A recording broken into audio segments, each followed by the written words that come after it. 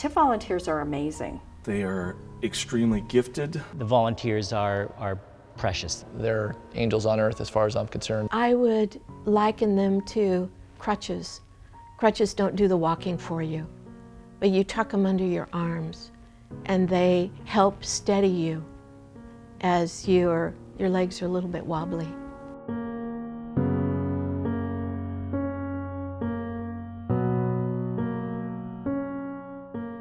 TIP was founded in 1985 by a gentleman of the name Wayne Fortin. He worked within San Diego mental health, and he was finding he had people coming into him that years after a tragedy, they were angry still at the system. They were angry about what happened to them when their tragedy hit, that they were not treated properly by the system, they were not treated properly by family and friends. And so he was finding that these people were having what we call a secondary injury from the traumatic event that happened to them. We show up with the fire truck, we show up with the paramedics, we give that critical care, but we're not able to stay there in the wake of that injury that the balance of the family has to deal with. Due to the nature of our job, we have to go respond to other emergencies and can't spend as much time as we'd always like with the families, but a TIP volunteer can come in and take that extra time with the family and comfort them and provide them any other assistance they may need. Our volunteers are part of the emergency system. We are requested by law enforcement, fire, and hospital personnel to be the emotional and practical support in the first few hours of a traumatic event. And it doesn't matter what that event is. It can be a sudden death, a house fire, a car crash. We are called to be on scene with the agency that requests us so that they can do their jobs, do their investigations, and we deal with the survivors, the families, the emotional side of the call. A TIP volunteer goes through about 60 hours of training, classroom training, which also includes, after that time, a ride-along, a tour of the hospitals in the area. We teach them our 5 emotional first aid skills. What we do is emotional first aid. And then the second part of the training is more of the policies and procedures and how to work in an emergency environment.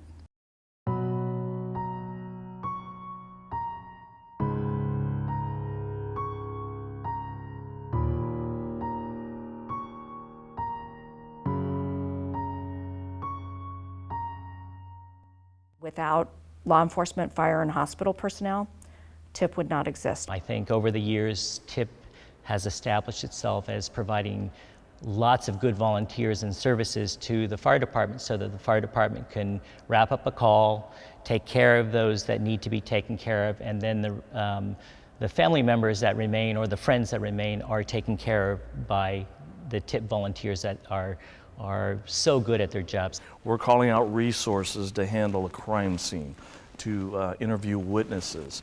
And really, on top of all those other things in the beginning, we're also calling out TIP. We're activating a TIP response because we know, as law enforcement personnel, the importance that they play in allowing us to do our jobs. There are some very, very good people on those departments. And somehow we have gained their respect, and we feel like we are part of the team. There are many, many people at hospitals that are homeless, that have no family, that get very sick and they die, and they end up dying in the hospital alone. And so it's another step that TIP volunteers can take where a hospital can call us and we will go in and we will actually sit with somebody who is dying that has no family to be with them. And we will sit with them until they die.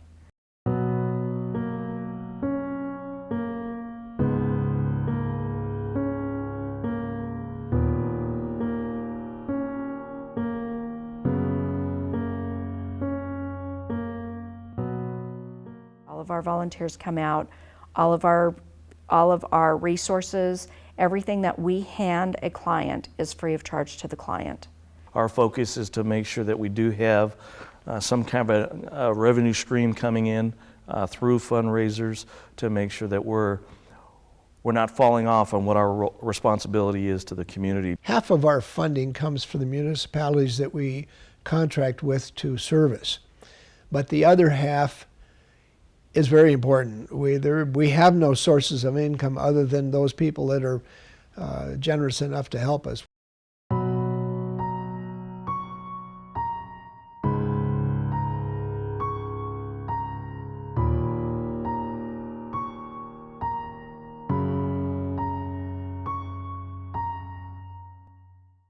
How my journey began was my niece was murdered.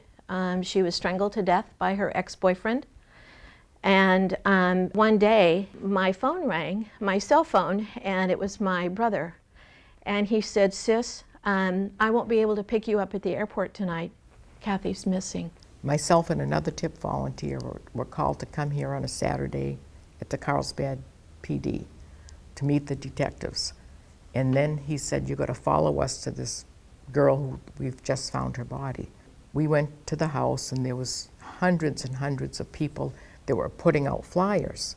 So the detectives went in. And that's where we found out that Kathy's body had been found.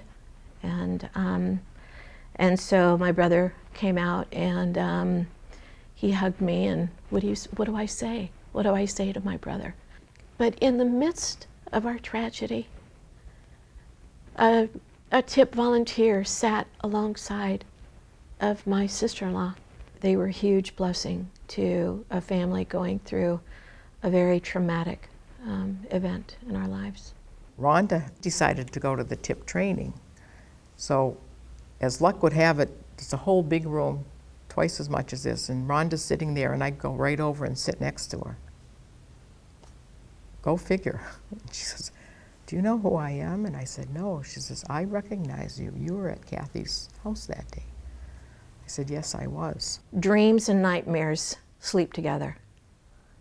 And out of this nightmare has been birthed a dream. And I'm going to take this, that the TIP organization that I have been exposed to in California, my desire, my dream, is to start a TIP chapter in Washington State, and I'm doing that in Kathy's memory. I love the TIP mission statement, citizens helping citizens in crisis.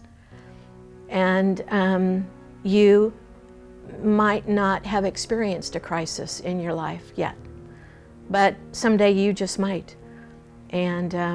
And I hope for you that there is a TIP volunteer that will come alongside of you and be an encouragement and help you maneuver through the minefield of emotions that you feel during a traumatic and devastating event like our family has just experienced.